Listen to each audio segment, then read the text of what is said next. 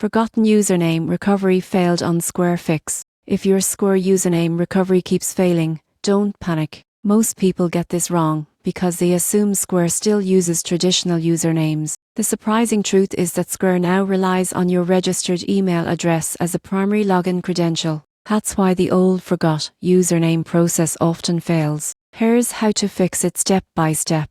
Step 1. Open the Square app or visit the official website. Enter the email address linked to your account instead of a username. If you're unsure which email you used, search your inbox for messages from Square, such as payment receipts, account statements, or merchant notifications. Step 2. If you've forgotten your password, click Forgot Password and follow the instructions sent to your email. Check your spam or junk folder if the reset message does appear immediately. Step 3. If you signed up using a third-party login, like Google or Apple, make sure to log in using that same method. Many failed recovery attempts happen because users switch login methods.